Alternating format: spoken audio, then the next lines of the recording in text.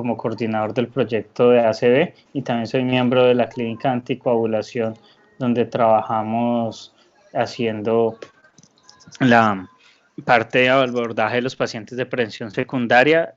Espero que todos me estén escuchando, si no, por favor, escríbanlo en el chat para estar pendientes. Estos son mis conflictos de interés. Esta charla es auspiciada por Boston Scientific, pero los patrocinadores del webinar no tuvieron injerencia en el contenido ni en la realización de la presentación. Es completamente independiente a ellos. Los objetivos son un poco hablar de ACV en Colombia y en el mundo.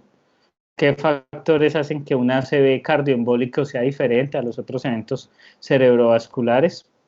Los escenarios de ACV y fibrilación auricular. Y en estos escenarios les voy a plantear 3 puntos. El ACV isquémico sin prevención secundaria, el ACV hemorrágico y el ACV isquémico en presencia de anticoagulación. Y finalmente hablarles un poco del grupo que tenemos de clínica de fibrilación auricular. Entonces, para los más retros seguramente se acuerdan de esta película, El bueno, el malo y el feo. Lo puse porque vamos a tratar 3 escenarios clínicos y a través de esos 3 casos espero poderles comentar las 3 situaciones clínicas a los que nos podemos ver enfrentados con 3 casos de la vida diaria, que son 3 casos que hemos trabajado con el grupo de compañeros en la Fundación Valle del Lili. Entonces, 1 de cada 4 de nosotros puede tener un ACV en cualquier momento de la vida. Entonces, seguramente esto, si no mejoramos nuestros factores de riesgo, va a hacer que sea muy frecuente y que podamos ver muchos pacientes que tengan al menos unos momentos conectados a eso. Entonces, si en la reunión ahora somos 77 los que estamos conectados, eso quiere decir que al menos 19 de nosotros tenemos riesgo importante de tener un ACV. Esto no es una espada de Damocles, esto no quiere decir que nosotros esto sea absoluto, pero sí obviamente ocurre, sobre todo en pacientes de más de 25 años, si no cambiamos nuestros factores de riesgo. Cada año mueren 5.5 millones de personas por ACV y hay 80 millones de sobrevivientes alrededor del mundo. ¿Qué pasa en nuestro país? Para pacientes de ambos sexos mayores de 70 años, sacados estos datos de una aplicación en la que usan datos del Global Burden Disease del 2016, encontramos que entre enfermedad coronaria y ACV son las 2 principales causas de muerte, posiblemente como causas con factores comunes de riesgo. En Colombia, con 48 millones de habitantes, tenemos una prevalencia de 5 a 6 casos por cada 1.000 habitantes, una incidencia de 1 cada 1.000, y podemos tener 100 casos al día de la ACV, menos del 1% reciben trombolisis, y en Latinoamérica, cuando hemos hecho análisis de registro latinoamericano de ACV, hemos mirado que al menos el 15% reciben una terapia de reperfusión. Esto también nos muestra, como en muchos temas en Latinoamérica, que hay una disparidad importante, porque hay unos grupos de pacientes que son beneficiarios de entrar a centros de alta complejidad donde pueden recibir terapia de reperfusión en agudo, pero pues esto desafortunadamente no es la regla para todos los pacientes. Y en la prevención secundaria también vemos brechas tanto para el estudio como para el acceso a los medicamentos. En el Valle del Cauca, que es mi región, usando el CITAC, que es una herramienta que trabajaron la Universidad de los Andes y la Fundación Santa Fe con un gran de Colciencias, veíamos porque la mortalidad del evento cerebrovascular, tanto isquémico como hemorrágico, sigue siendo alta en nuestra región. Y si miramos un vecino de nosotros, que es el Cauca, donde seguramente también tenemos muchos pacientes cercanos, vemos como con una población mucho menor, todavía el ACV isquémico sigue siendo mucho mayor, aunque no hay que olvidar que el hemorrágico en nuestras regiones parece que el pastel está invertido con respecto a la parte mundial. Ya para entrar en tema, quisiera mostrarles el primer caso, una paciente de 81 años con antecedente hipertensión arterial, una estenosis aórtica que recibió un TAVI en marzo del 2019. La señora tiene además una fibrilación auricular con un Chaos-Bax de 4, un Hasbled de 5 y venía antiagregada con clopidogrel por una presencia de epistaxis masiva porque incluso requirió manejo por otorrino y evaluación en cuidados intensivos, por lo que la paciente obviamente se suspendió esa terapia, la dejaron con clopidogrel y se suspendió la Pixar, que era su medicamento. Nosotros la conocemos porque ingresa con 90 minutos de evolución, súbitamente pérdida de conciencia, posterior a afasia de hemiplegia derecha, le calculan un NIHS de 14 puntos con una escala de ranking de 0, era completamente funcional. Se pasa a tomografía, en esta tomografía encontramos una lesión que afortunadamente tuvimos una imagen previa para comparar, era un meningioma, pero no veíamos mayores cambios, le dimos un aspects de 8 porque tenía algunos cambios de pérdida de ribete insular, y posteriormente nosotros hacemos una angiotomografía, aunque este no es el motivo de esta charla, si aprovecho para la cuña: todo paciente que llegue en las primeras 24 horas de un evento cerebrovascular, por favor acuérdense de hacerle un angiotac, y hay un artículo muy bonito reciente que se llama Angiotac para todos, AngioCT for all, porque precisamente estas oclusiones proximales son susceptibles de terapia endovascular, y recuerden que la gran mayoría de eventos cardioembólicos son los originarios y los culpables de oclusiones proximales.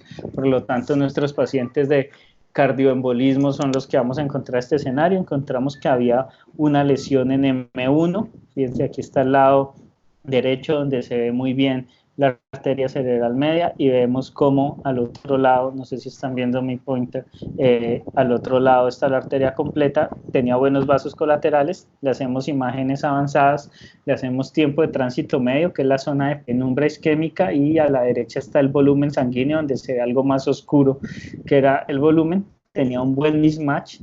Entonces se plantea el primer escenario. ¿Qué le hacemos? Le hacemos trombolisis endovenosa, hacemos una trombectomía mecánica, hacemos terapia combinada, trombolisis más trombectomía, o hacemos manejo conservador. Y me gustaría que alguno de los asistentes me ayudara con esta pregunta, me gustaría conocer sus opiniones. ¿Ustedes qué harían?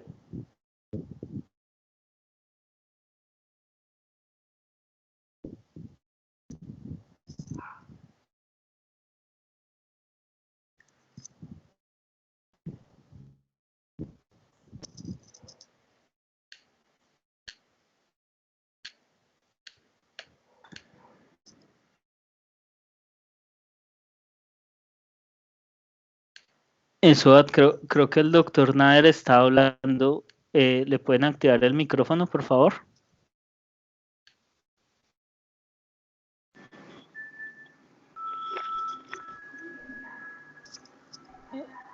Sí, doctor Nader, lo escuchamos. No, doctor, por favor. Doctor, por favor, ¿activas tu micrófono?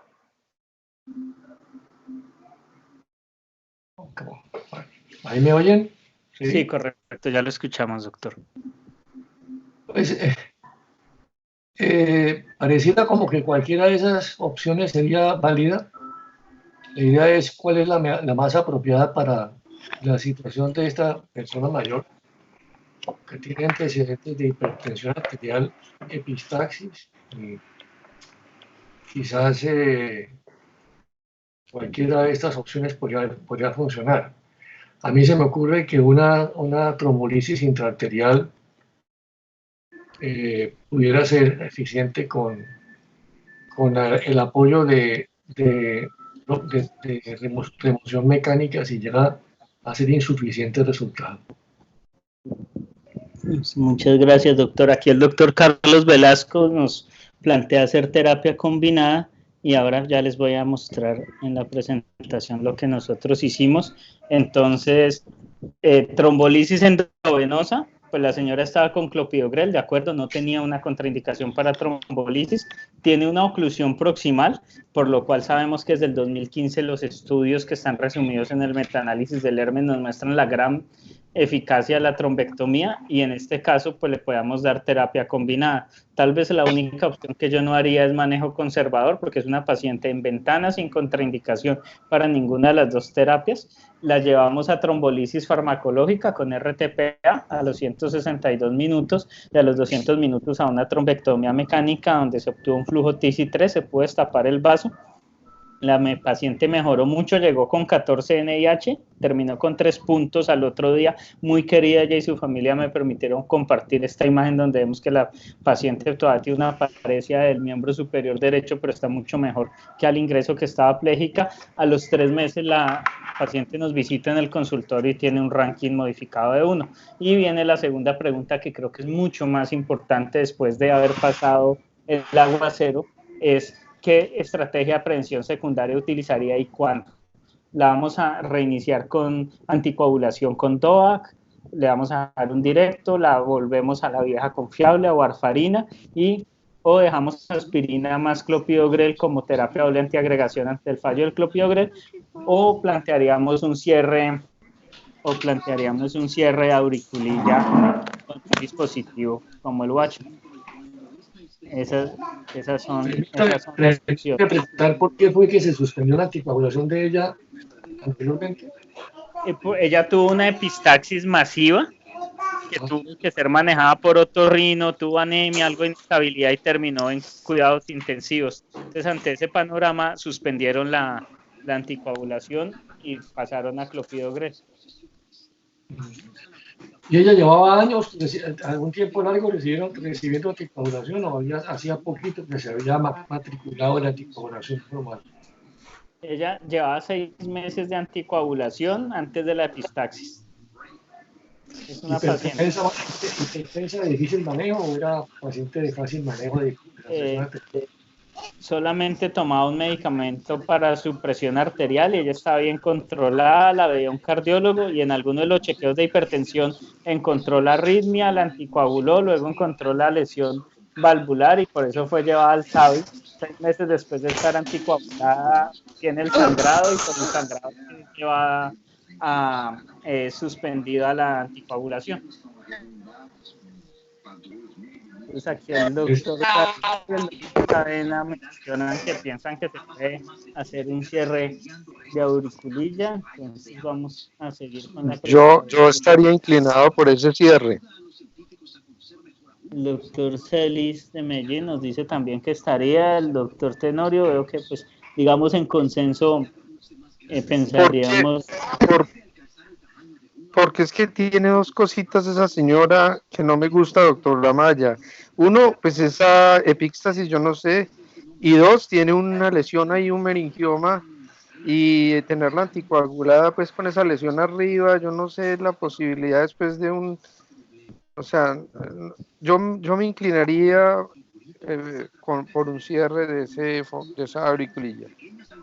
Entonces, en conclusión, les voy a contar lo que nosotros hicimos. Lo primero que hicimos fue pedirle valoración a clínica anticoagulación. Ellos nos sugirieron que fuera valorado por otorrino para ver realmente la causa de la epistaxis. La revisan, no encuentran varices, no encuentran alguna lesión y se vuelve a reiniciar la anticoagulación. La señora regresa de la clínica con DOAC, se le vuelve a dejar apixaban dosis terapéuticas y se programa ambulatoriamente para un cierre de auriculilla, pensando que es una estrategia que es efectiva en prevención, pero que no la va a poner en un riesgo mayor de sangrado. Si alguien hubiera dicho DOAC, hubiéramos estado de acuerdo y fue lo que hicimos en principio. Warfarina con ese Hasble de antecedente de sangrado y una lesión en sistema nervioso central nos parece mucho el riesgo, y azaclopidogrel definitivamente ya vamos a ver que no era opción, y pues el cierre de apéndice también. Desde 1906 nos hablan de James Mackenzie y el doctor Wenkevan, que en Holanda casi de manera conjunta. En esa época la información no viajaba tan rápido, el pulsus inequalis irregulares, y pensamos que el fenómeno de prevención era igual. ¿Qué vemos? Que la fibrilación se nos va a volver una epidemia y que adicionalmente hacer algo muy grave, la epidemia de fibrilación auricular también se nos vuelve un problema de manera muy importante, porque los ACVs cardioembólicos son más graves. Si yo tengo FA con un trombo en mi corazón, de mi auriculilla de 3 milímetros, bloqueo la cerebral media en su porción M1.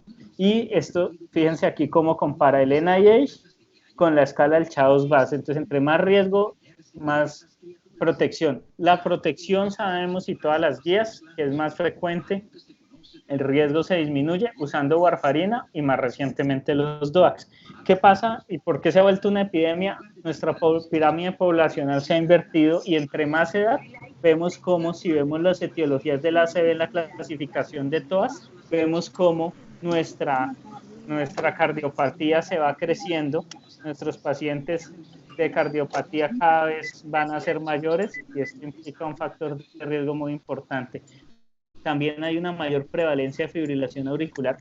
Les voy a pedir por favor que cierren sus micrófonos para que no haya tanto ruido de fondo. Y esa prevalencia de fibrilación auricular en Estados Unidos, vemos como del año 95 va creciendo de manera muy importante. Este es un cálculo que se hace y fíjense cómo aquí tenemos el límite inferior y aquí como tenemos límite superior, pero más o menos calculamos que vamos a tener una gran cantidad de población muy enferma de la aurícula. El manejo médico actual que nos dice que los anticoagulantes orales directos son el tratamiento de elección en los pacientes con riesgo de ACV y en pacientes no candidatos a DOAC se debe considerar los agonistas de vitamina K, pero con un alto riesgo de sangrado.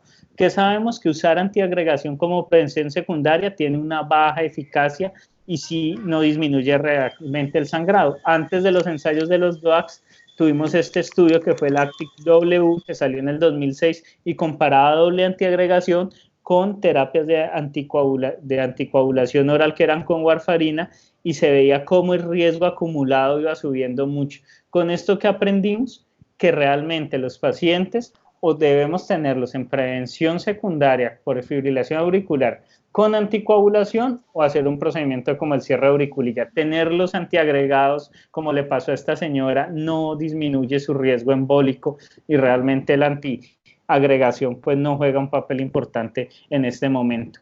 ¿Qué pasa? La recurrencia, y es algo que le tenemos que explicar a nuestros pacientes, ninguna terapia es perfecta, no tenemos terapias infalibles y a pesar de manejarlos con anticoagulación el riesgo no es cero.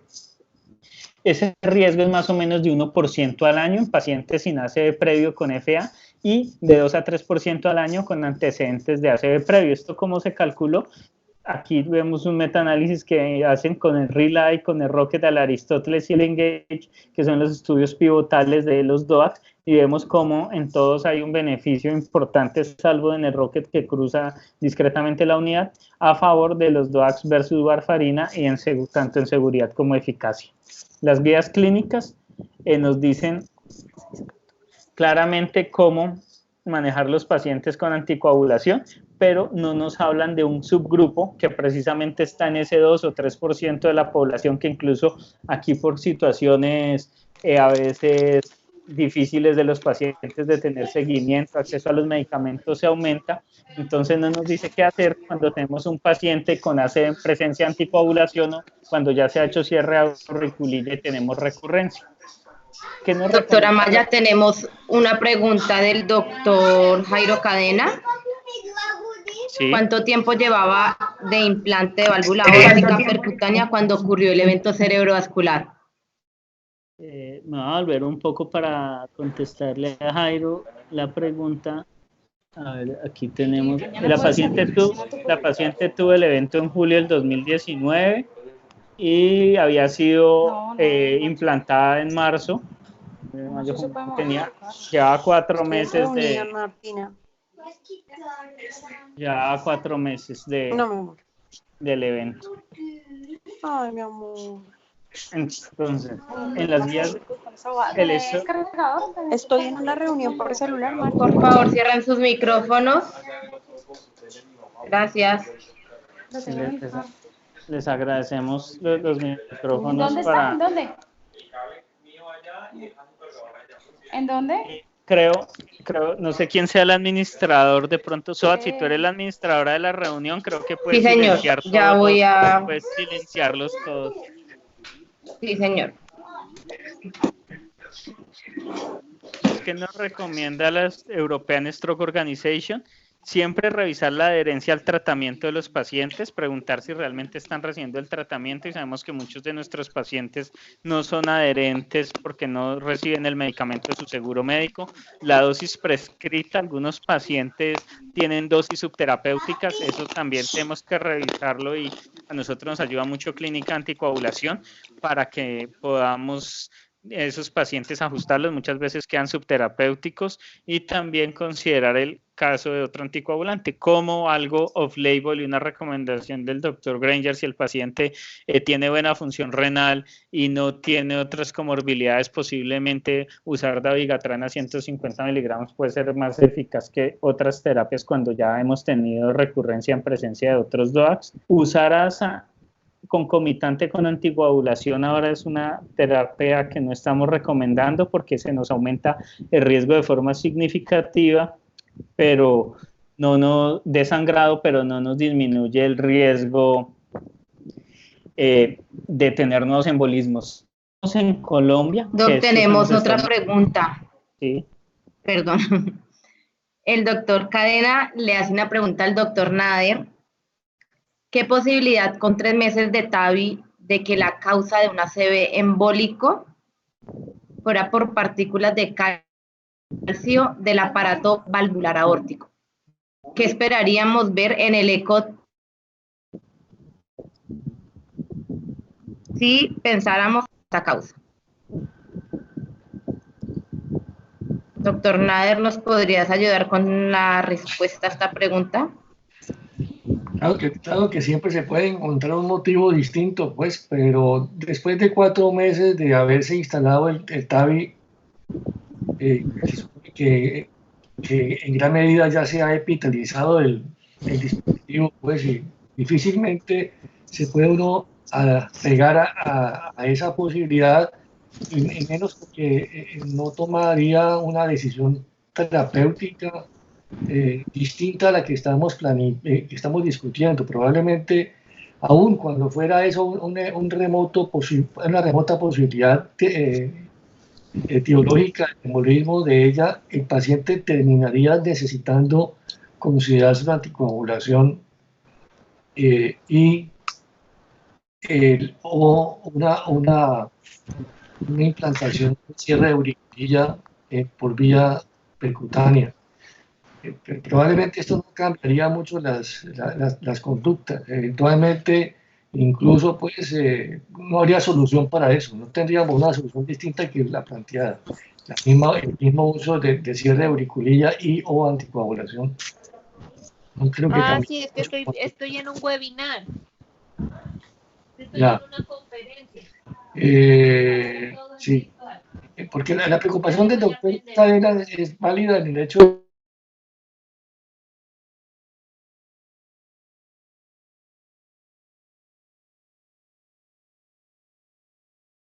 Doctor Nader, estás con el micrófono silenciado. ¿Ya me están oyendo? Sí, doctor, ya Sí, lo señor. escuchamos. Ok.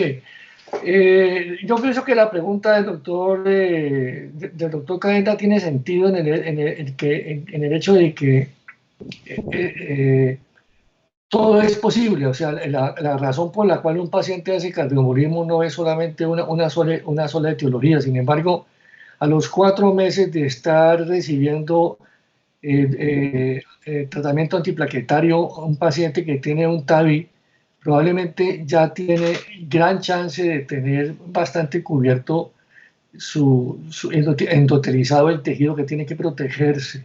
Se usa regularmente que el paciente reciba al menos 6 meses de manejo anticoagulación o doble antiplaquetario para evitar que embolice. No obstante, a pesar de esas consideraciones, el tratamiento final de esta paciente en particular habría sido igual. Tendrían que estarse considerando o anticoagulación o cierre de auriculilla o ambas cosas de todas maneras. Me parece que sería probablemente razonable tener un ecocardiograma para ver cómo está funcionando la válvula. Pero como le digo, si no se encuentra pues un trombo pegado allá arriba de la válvula, no se cambiaría, en mi opinión, el tratamiento. Esa es mi opinión. Gracias por preguntar. Ok, entonces nuevamente les voy a compartir mi pantalla. Entonces, como les venía comentando, cuando hablamos de ACV cardioembólico, en Colombia lo que hemos visto es una tendencia importante de tener casos de prevalencia de infarto criptogénico en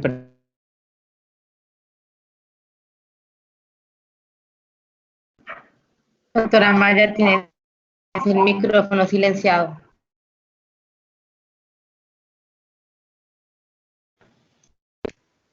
¿Ya me escuchan? Ahora sí. Sí, señor. Perfecto, entonces les mencionaba que en Colombia, cuando hemos visto, en Bogotá hicieron un estudio en la Fundación Santa Fe, el impacto que tiene el cardioembolismo, vemos que en menores de 45 años, que era un porcentaje muy pequeño, solo 5 de pacientes tuvieron un 20% era cardioembólico, mientras aquí que está el mayor grupo de pacientes era el 44%, por lo tanto en la edad siempre debemos ir buscando fibrilación. El segundo caso que les quiero presentar es una paciente femenina diestra que tenía un ranking previo de 2, la paciente ya había tenido debilidad y necesitaba ayuda para varias cosas en la vida diaria, apuntarse el brasier, a veces para algunas tareas complejas en la casa. Tuvo una caída de su propia altura con un trauma craneoencefálico moderado, antecedente de diabetes tipo 2 no insulino dependiente, un trastorno afectivo bipolar, déficit cognitivo moderado, fibrilación auricular que fue diagnosticada el 20 de marzo de 2019, hicieron una cardioversión el 21 de marzo, estreñimiento crónico, una cirrosis Child-A y varices esofágicas. La paciente toma estos medicamentos: levotiroxina, esomeprazol, calcio, trazodona, carvedilol, sertralina, quetiapina, enoxaparina, venía con 80 miligramos al día, ajustado a dosis renal, y metformina. Cuando va a consulta con hepatología le suspenden la enoxaparina por un INR prolongado y riesgo de sangrado. Cuando la señora ingresa a urgencias es valorada por los neurocirujanos que encuentran que tiene un trauma craneoencefálico en región frontal derecha. Al tropezarse, unas lesiones extensas sobre la órbita y no tiene pérdida de conciencia ni déficit focal asociado. La señora tiene un Glasgow 15 de 15, tiene una herida frontal derecha de 4 centímetros que es suturada y se lleva un TAC de cráneo simple. ¿Qué vemos en la tomografía? Una extensa lesión periorbitaria y adicionalmente un pequeño hematoma subdural laminar sin efecto de masa, pero que neurocirugía considera que no es candidato a llevarse a procedimientos de evacuación. Con esas comorbilidades, algo que también hace parte de nuestra clínica de FEA es una valoración por geriatría, que este es su resumen que hizo Heidi Martínez, 81 años, riesgo de caída multifactorial, demencia, es una paciente frágil, ha tenido una lesión cerebral, tiene una fibrilación auricular que hizo una respuesta ventricular alta y considera ella que no es candidata a anticoagulación por la polifarmacia y la inestabilidad multicausal.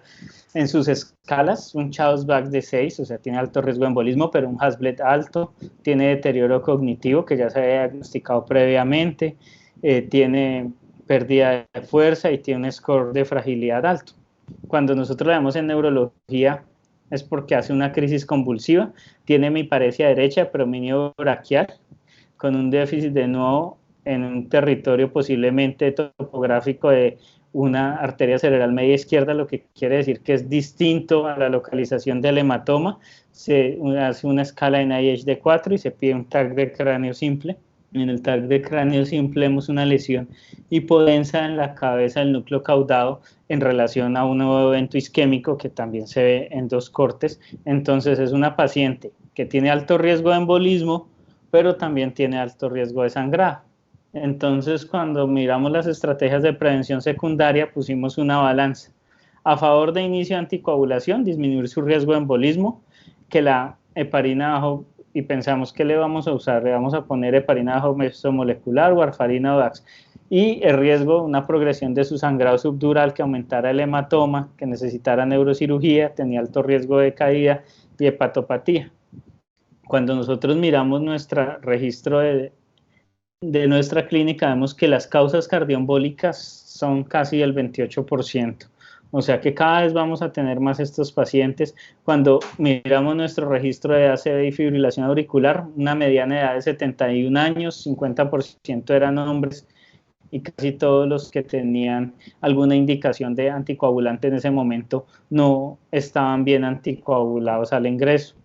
Algo que hemos venido trabajando del concepto de cardioembolismo más allá de la FA es que posiblemente los pacientes que tengan atriopatía no necesariamente desarrollen la arritmia, pero sí tienen condiciones que hagan que en algún momento haya otro sustrato, como la dilatación de la cámara, la fibrosis, la disfunción endotelial y la alteración miocítica. Todos esos cambios son lo que generan posiblemente la hemodinamia alterada, la inflamación y la generación de trombos mucho más allá que la arritmia. Entonces, precisamente viendo cómo hay algunos hallazgos, tanto marcadores eléctricos como bioquímicos de atriopatía, posiblemente en un futuro vamos a ver más esa enfermedad como una condición importante de riesgo de cardioembolismo que solamente el control, porque hemos visto pacientes que en algunos casos se han hecho implantes, monitoreos prolongados y no siempre la carga de arritmia es tan alta o incluso no la encontramos, pero sí encontramos una aurícula enferma y en este caso si la miramos más en detalle, por ejemplo haciendo la auriculilla, una resonancia, aquí lo que hacen es delimitar en azul la cámara y luego miran en los sitios verdes la fibrosis y posiblemente esa fibrosis se está asociando a FA y miramos que los pacientes con ESUS, con infarto embólico de fuente desconocida, sin FA, podían tener más fibrosis y que la fibrosis de aurícula izquierda se asoció incluso con nuevos eventos embólicos después de controlar los factores de riesgos adicionales para ACV. Entonces, posiblemente esa fibrosis auricular tiene más riesgo de formar trombos que la misma fibrilación auricular. Y ese factor independiente es algo que tenemos que mirar a la hora de evaluar a nuestros pacientes, porque posiblemente no solamente tenemos que mirar que tengan fibrilación auricular y se ha planteado si incluso esos pacientes con atriopatía debemos anticoagularlos a pesar de no encontrar la arritmia. Otro punto importante es que hay pacientes que tienen fibrilación auricular después de una ACV y una IT de origen neurogénico y la controversia se pone un poco más compleja porque sobre todo eventos de la ínsula pueden generar arritmias y muchas veces si encontramos una arritmia después de un evento cerebrovascular tenemos que tener muy claro qué fue primero, si el huevo o la gallina, si la FA y su problema cardíaco me produjo una ACV o el ACV tiene dentro de sus manifestaciones una arritmia. Este tercer caso que les voy a mostrar es una paciente de 70 años de edad, femenina, ranking 0, completamente independiente, tiene antecedente de fibrilación auricular, anticoagulada con rivaroxaban. El día previo al evento toma su medicamento de forma adecuada. La última vez que la ven bien fue el 12 de agosto a las 10 de la noche, la señora se acuesta y el 13 de agosto a las 6 de la mañana la hija la trata de despertar y encuentra que tiene disartria, hemiparesia derecha, por lo que consultan a la institución, ingresa con una presión arterial normal, glucometría normal, tiene una escala de NIHS de 12 puntos, una ACV moderado, con desviación forzada de la mirada a la izquierda, una parálisis facial central y hemiparesia derecha de predominio braquial. Nuevamente, ¿qué hacemos? Verificamos el ranking, activamos el código ACV y llevamos al paciente a imágenes de forma prioritaria. Recuerden que todos los pacientes con menos de 24 horas de ACV son susceptibles a terapias de reperfusión y se debe activar el código. Hacemos una tomografía donde no encontramos sangrado, ya vemos la hiperdensidad en la imagen inferior derecha de una cerebral media hiperdensa a la izquierda, susceptible, y vemos que también tiene varios cambios en varios territorios, sobre todo profundos. Nos dan un aspects limítrofe de 6 puntos. Hacemos angio-CT, muy buenas colaterales, incluso tiene unas colaterales en una escala de 0 a 4 de 4, tiene más colaterales de ese lado, o sea que su penumbra se va a preservar y fíjense como una paciente si no es a 0 puede ser tratada, y con la flecha el radiólogo nos señala que hay un defecto de llenado en la carótida. Tenemos una oclusión proximal, donde vemos un infarto de volumen muy pequeño, que es lo que ven más azul oscuro, y posteriormente en la zona roja lo que vemos en el tránsito medio muy aumentado es la penumbra. Si lo calculamos con el software nos da un infarto de 10 milímetros con una penumbra de 65. Entonces nuevamente, aunque me pidieron que dejara las preguntas para el final, ¿qué haríamos? Le ofrecemos trombolisis endovenosa, la llevamos a trombectomía mecánica, usamos RTPA mastrombectomía o usamos manejo conservador.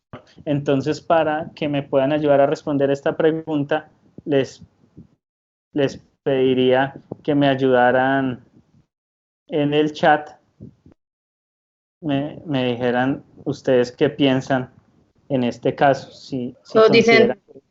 trombectomía, doc. Exacto, aquí veo que el doctor Cerebro, Catherine, Jorge Gaspar, Carlos, todos coinciden en trombectomía. Entonces creo que Vox Populi, Vox Dei. Entonces, exacto, yo también pienso lo mismo, que hay que llevar al paciente a trombectomía mecánica. Y pues recuerden cómo empezamos el reloj a correr en 3 horas para el RTPA en el 95, 2008 con el ECA 3-4 horas y media, 2015 la gran revolución de todos los estudios, Mr. Clean, Swift Prime, Revascat, que nos hablan del efecto de la trombectomía en las primeras 6 horas. Y en el 2017 el estudio del Down y el estudio Diffuse 3 nos presentan evidencias a las 24 horas, y en el 2018 incluso el estudio Wake Up, que no usa perfusión sino solo resonancia para AC menor. Pero algo importante que también, como les digo, no es parte de esta charla, pero es pensar que pasamos de un reloj temporal a un reloj tisular, donde lo que importa es el tejido. Haciendo imágenes como la perfusión podemos ver buenos candidatos, y efectivamente, ¿qué hicimos? Trombectomía. El doctor Alberto Rosero, neuroradiólogo muy querido, me ayudó con estas imágenes donde vemos que hay una oclusión de la cerebral media. Posteriormente él hace 2 pases de un retriever y se logra un flujo TC2B bastante aceptable. Aquí vemos la imagen del culpable, como ven era un trombo que a macro se ve pequeño, pero pues muy largo. Hacemos una tomografía de control donde no vemos sangrado, hay un poco en la imagen de inferior derecha extravasación de contraste que luego limpia, y el paciente, pues en resumen, fue visto bien a las 10 de la noche, se despierta a las 6, ingresó muy rápido a los 26 minutos, le hacemos una imagen y la llevamos a terapia de reperfusión, sale con 2 puntos de NIH y con un ranking de egreso de 1 punto. Nuevamente, ya aquí puedo ver el chat. En prevención secundaria les pregunto para que por favor me escriban por el chat, ¿ustedes qué harían? Nuevamente le colocan un anticoagulante directo, ¿cuál le ponen? La vuelven a warfarina, doble antiagregación, anticoagulación con antiagregación o un cierre de auriculilla. ¿Ustedes qué piensan? El doctor Cerebro me dice que la dejaría en DOAC. Me gustaría saber a cuál, si la, bueno, pensarían en dabigatran. Si la dejan en anticoagulación, pues la paciente venía con rivaroxaban, era adherente y tenía una dosis adecuada, y a pesar de eso hizo un nuevo evento embólico, pero pues una opción podría ser pasarla a dabigatran. Si tiene buena función renal, 150 cada 12 podría ser una buena opción. Ángel Corredor también menciona que pensaría en dabigatran, apixaban o dabigatran. Carlos Martínez dice dabigatran o cierre de auriculilla. Luis J. dice cierre de auriculilla. Entonces, nuevamente, como decía el doctor Nader, creo que aquí me menciona el doctor Celis que la cambiaría a Pixaban y luego la llevaría a un cierre. Fernando piensa en un DOAC y después cierre. Angélica en dabigatran. Como ven, creo que no hay una respuesta perfecta, no hay una respuesta correcta, y tampoco tenemos unas guías con alto nivel de evidencia ni ensayos clínicos para este grupo de pacientes. Pienso que cambiarla de DOAC en la parte aguda es una buena idea, porque si frente a ese DOAC, posiblemente por uno de un mecanismo de acción diferente, y recuerden que en el Relay 150 K2 se mostró incluso superioridad que warfarina, pienso que es una buena idea, y posteriormente también cerrarla. Agregarle el anticoagulante ASA, más riesgo de sangrado y no creo que proteja más, y pues con warfarina nuevamente creo que nos enfrentamos a los temas de seguridad. Entonces creo que la anticoagulación con DOAC o el cierre puede ser un buen candidato para estos pacientes. Como vemos, ese escenario de AC en presencia de anticoagulación no es infrecuente, lo miramos en este estudio que se publicó en Stroke el año pasado. Lo que hicieron fue tomar una base de datos médica del Medicare y tomaron los pacientes con códigos que tuvieran infartos cerebrales y tuvieran anticoagulación, y con esto miraron qué pacientes tenían y miraron la descripción. Entonces miraron los pacientes, había 126.000 que recibían DOACs, 18.000 con warfarina, y miraron en ACV isquémico cómo estaban con DOAC, cuántos tuvieron ACV isquémico en el grupo de warfarina, cuántos tuvieron, y aquí vemos que fueron para el DOAC 3.800 versus 2.600 para warfarina, y en sangrados 320 para los DOAC y 397 para warfarina. Entonces casi que las cifras son complementarias. El número mayor de eventos isquémicos en DOACs comparado con warfarina es casi el espejo del número menor de eventos de sangrado, o sea que sabemos que con warfarina posiblemente pudiéramos prevenir eventos isquémicos, pero aumenta el riesgo de sangrado y viceversa. Los DOACs tienen un poco más de seguridad, pero también se aumenta un poco el riesgo de embolismo. Aquí los clasifican según el medicamento. De Doxaban no tenemos en Colombia, tenemos el número de pacientes mayor, además era un grupo muy pequeño, Apixaban, Rivaroxaban y Dabigatran, y veíamos cómo en todos aquí están los ORs que podían ser para al comparar. ¿Qué nos concluye este artículo? Que está bien documentado que hay menos sangrado en los DOACs, que esto es a costa de tener mayor incidencia de isquemias cerebrales. Y en este grupo, en este análisis, lo que vieron es que curiosamente los pacientes que recibieron DOACs tenían menos riesgo cerebrovascular. Apixaban y Dabigatran tenían mayor riesgo en teoría de isquémico, pero posiblemente también tuvo que ver eso con que fueron los medicamentos más utilizados en el estudio.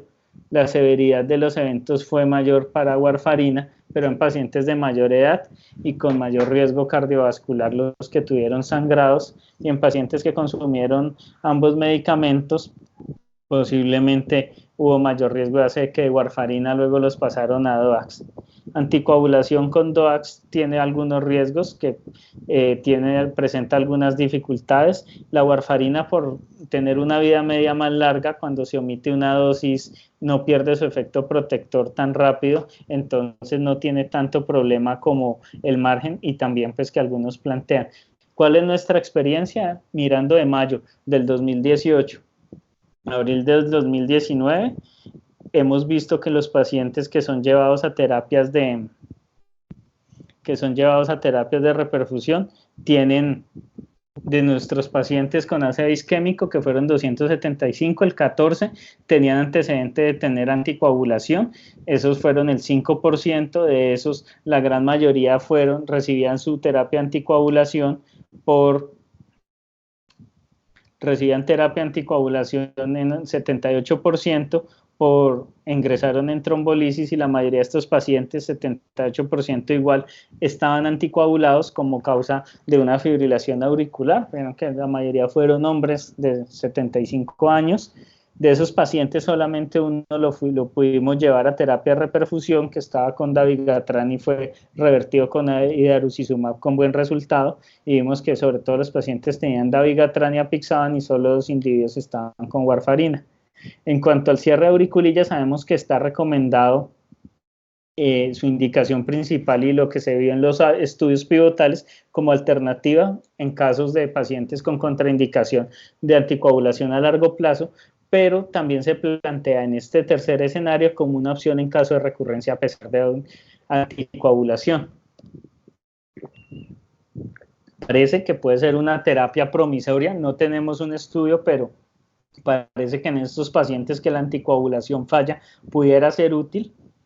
Hay diferentes modalidades, incluyendo un cierre endovascular, clipaje quirúrgico, pero pues de eso no me voy a detener a hablar porque no soy experto en ese tema. También obviamente puede haber complicaciones, que también es un tema que está en investigación y de lo cual pues un cardiólogo podría hablar mucho mejor que yo de ese tema.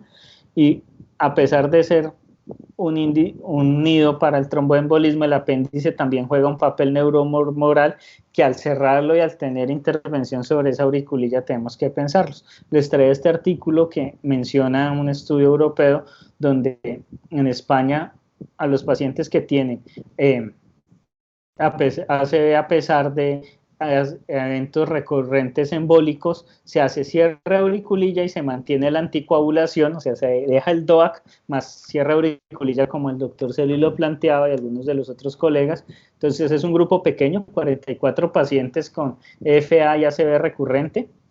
De ese grupo, 19 son llevados a procedimiento y con algunos buenos resultados. En el 2015, en centros con experiencia en cierre de auriculilla se dieron cuenta que tenían una importante cantidad de pacientes que estaban cerrando para tener en los centros casos expertos para cierre de auriculilla en esta indicación de FA de cierre. Entonces, ¿qué es importante? Tener una clínica de fibrilación auricular.